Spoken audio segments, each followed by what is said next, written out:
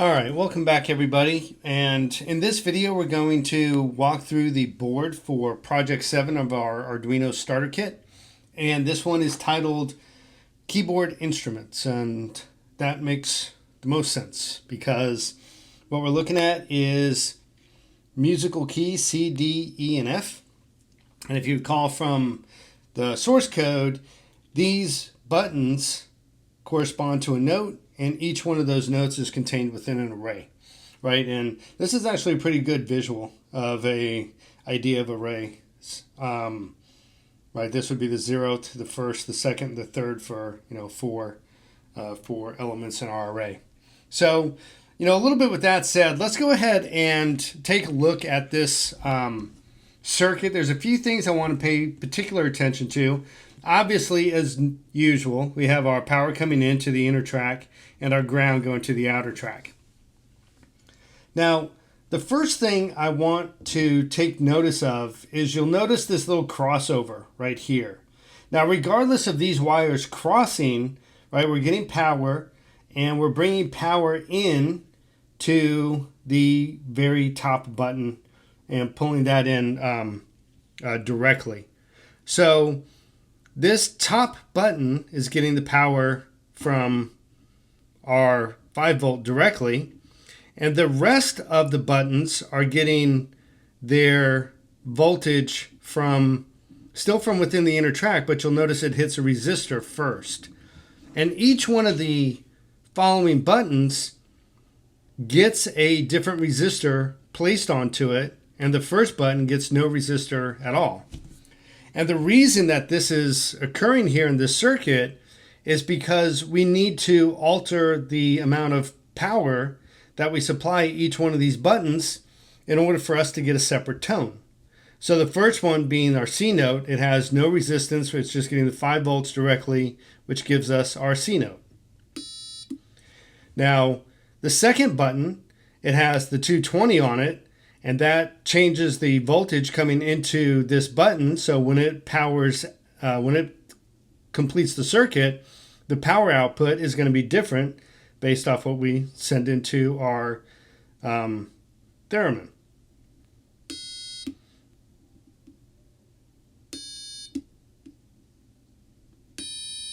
And you can hear the difference in the sound for each one.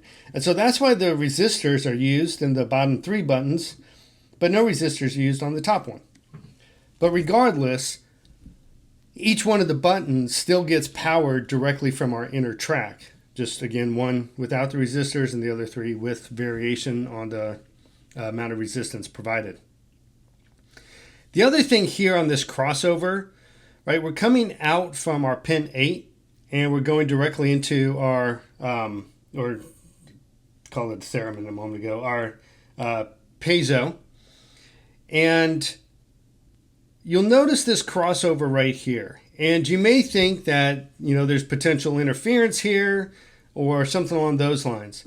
Now, if we jacked up our 5-volt to 20,000 volts, there would absolutely be a lot of noise on this crossover. And that's where we talk about wires having shielding. If this shielding wasn't on either one of these and we were just touching raw wire to raw wire, then yeah, there would be a huge crossover there. But with 5 volts, the wires that come with the kit have enough shielding, i.e. the red or the gray kind of rubber coating on the on the wires, prevents the crossover. So I did this deliberately because I did want to talk about shielding just a little bit on wires, just to understand that a little bit. But again, it comes into our, is it piezo? But regardless, and then we have the output coming to our ground, okay? Now here, the other thing to notice is that each one of these wires connects the bottom pin to the bottom pin to the bottom pin to the bottom pin of each one of these buttons. So it's just carrying the completed circuit out, and we have a single location for whichever button it is that we pressed to go directly into our A0. Let's see it a little bit there. goes into our analog A0, and then it hits our code, and then it outputs to pin 8 to produce the note, the sound. Now, technically, you could have taken each one of these individually over to the ground, but you would have had to have written analog outputs for each one of these notes. And so, and then you would get, what would happen if you play a combination of notes. Right now, ours is just single, right? So if I press D and E at the same time, let's take a look at that, right? So this is the sound of D. This is the sound of E. Now if I press them both at the same time, you'll notice I just get the D.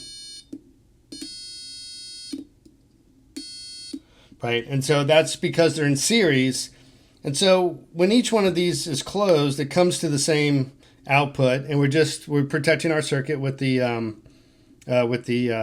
resistor this time, and then we go directly into the analog.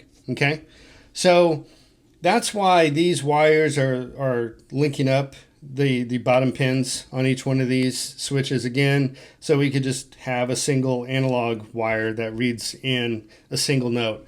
But again, if you wanted to play them synchronously or at the same time to get different notes in here, combinations, right? If you press the D and the F, if you're going to start trying to get triads or something like that, then I guess that would be either a minor or major third if you wanted to kind of play around with that.